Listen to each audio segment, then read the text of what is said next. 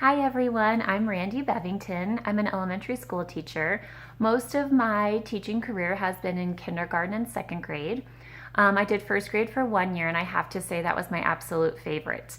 I loved that they still enjoy my songs and my books. I get hugs every day, but we can really dive deeper into the education part of it. So that's been my favorite so far. Something I think that makes me a really good teacher is knowing that every student can succeed. We just need to believe in them. We need to set the bar high because wherever we set that bar is where the student will meet us. So if we set it low and have low expectations of them, that's where they're going to perform. If we set it high, then that's where they'll meet us. So I think that's really important when we're dealing, especially with small children. Even when I taught kindergarten and first grade, I would talk all the time about integrity. My students know what it meant, and I really believed that I was the biggest role model for integrity, to show them the right way to do things, the right way to behave, the right way to handle situations. How can I ask my students to do something for me that I am not showing myself? So I felt like being a role model, especially with integrity, was really important. Something that I learned pretty quickly with small kiddos is that they know if you like them or not.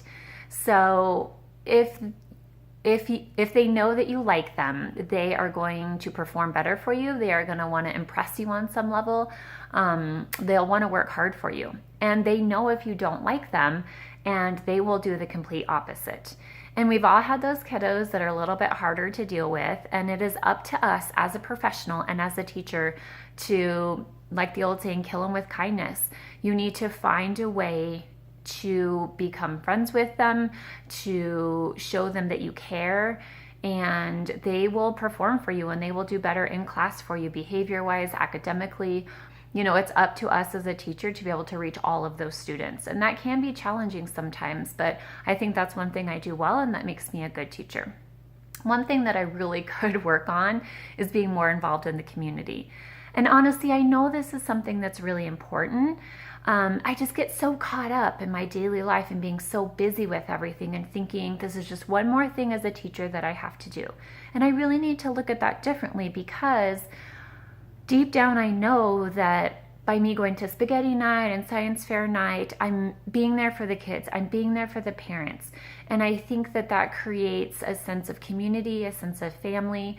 And I think it just makes everybody want to do more, work harder, be there for each other. And so I know it's important. And so that's something that I really want to work on, is just, you know, going to maybe a few events a year, starting there and going to more and more, and maybe inviting my family, my husband and my kids to join.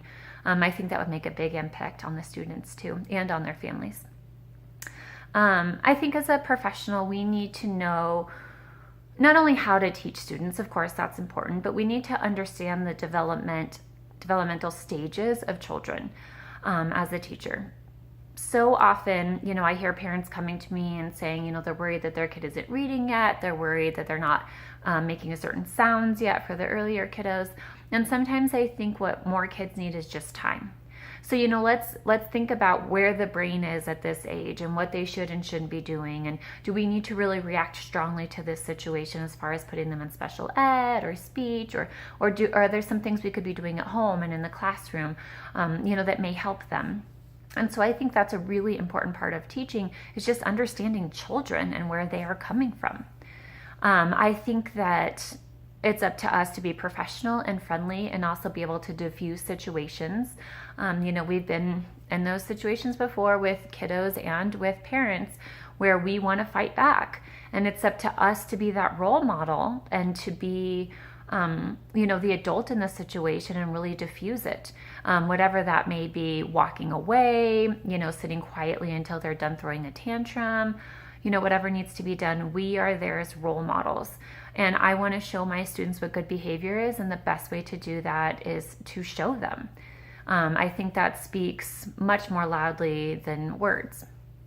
I think, you know, we pull in so many things that can help us be good teachers. We need to look at prior experience. A lot of it is common sense, I really believe. You know, bringing maturity and life experience to the table. You know, looking at these experiences and seeing how we can change them and use them for this situation. So thank you so much for joining me today. I will see you soon.